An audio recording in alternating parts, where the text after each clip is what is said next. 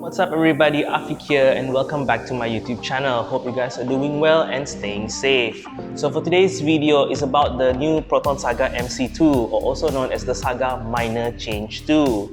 So the Saga is Proton's most affordable offering here in Malaysia.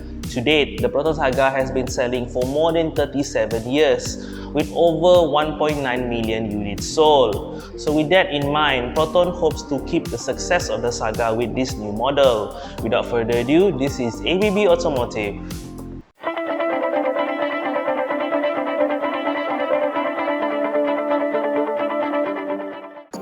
So the Proton Saga MC2 is the third facelift of the third generation Proton Saga, which was launched back in 2016.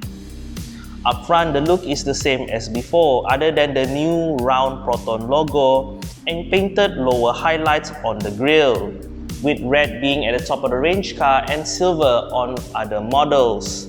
The body kit that you see here is only available for the top of the range Premium S variant, which is a new range for the Saga.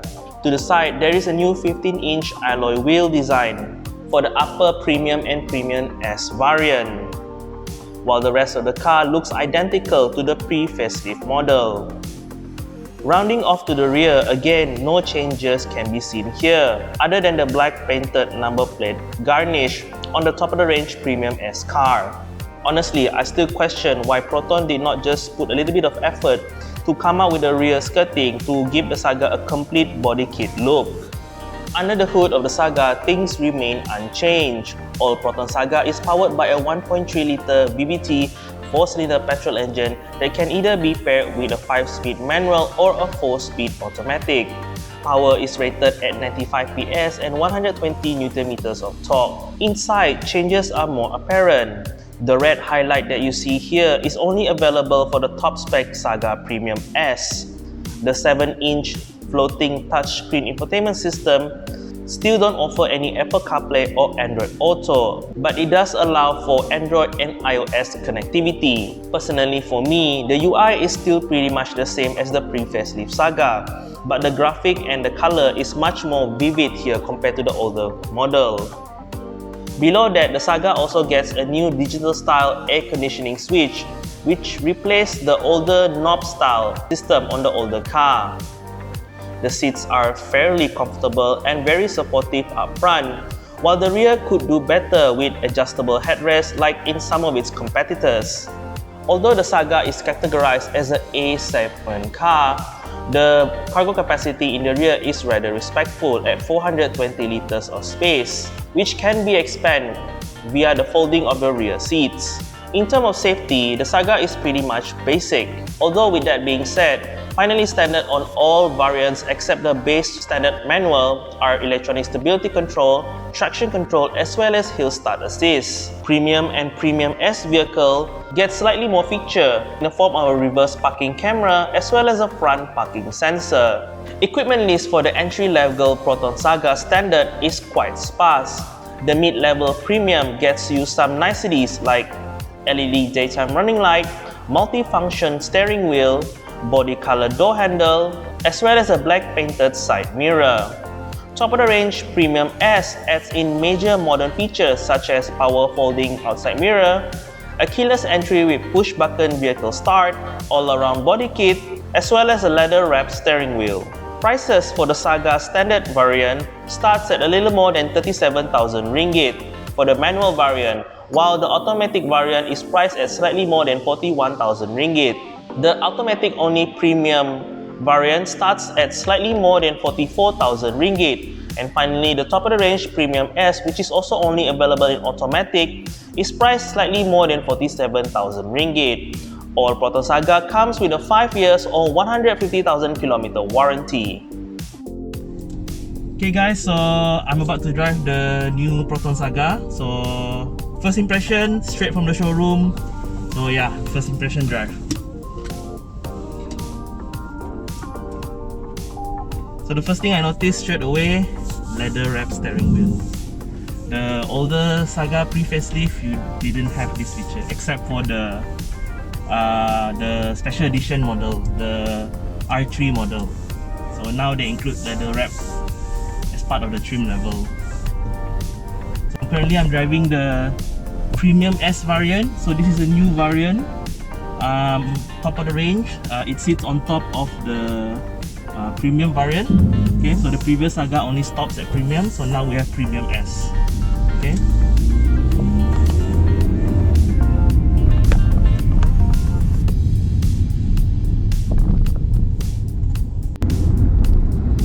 The 4-speed or 80 in this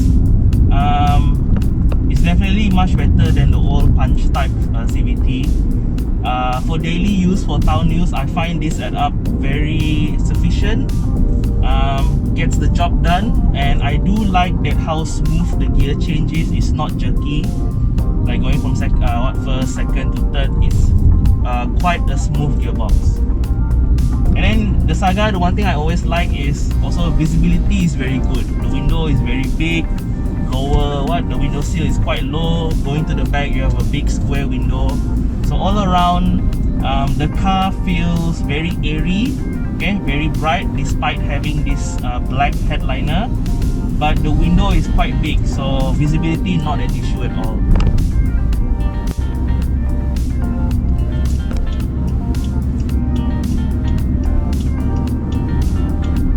So the thing is about driving this Saga, so as you know, the Saga is an A segment car, but driving the Saga inside here, I don't feel like I'm in an A segment car. I feel like I'm in a 1 segment car above. So at high speed, I'm going 85 now. It feels very planted. There's no like weird crosswind feeling. You feel like the car is very planted to the ground. It just have that very high speed stable feeling, which not many car in this segment can perform. The steering wheel in particular, I do like the feel. It doesn't feel that artificial. There's some weight to it, and then I do like this steering wheel now is leather wrapped, so it feels somewhat premium. You know, this is like a 40,000 ringgit car. So yeah, I would say like the interior quite a good job for Proton. Suspension also quite subtle. So another thing that I want to mention is sitting position. Sitting position is quite good actually. The seats, it has this like bolstering at the side. So if you are taking a corner at high speed, your body is actually quite planted in the seat. Okay, there's enough support at the side here to keep yourself in the seat. Okay. In terms of sound insulation, it's still an A segment car, so sound insulation is not its best, but then for this price point, it is quite sufficient. If you are cruising around 60 km/h, you don't hear any wind noise. You hear a little bit of road noise, but it is expected. Okay, but then for everyday use, I think this car is very, very pleasant, very easy to drive. It's just one of those cars where you get in, you don't have to think so much, and then you just drive it. It's very easy to drive. All the buttons are very clearly labeled. Okay, you have volume, okay, and then you have your radio mode. And I do like the radio. I do like that the air conditioning now is sort of like this digitalized look. I'm not saying digitalized, it's like button. So okay, it's like, so it's no more the 3 knob. So I do like that. It looks very upscale. Okay. The one thing I also like is the speedometer in front of me. It's very clearly labeled. It's not as fussy as some of its competitors. You can see everything very clearly, very bright, and I do like the red color ring around the speedometer as well as the rev counter. So it does give like a nice premium touch to it.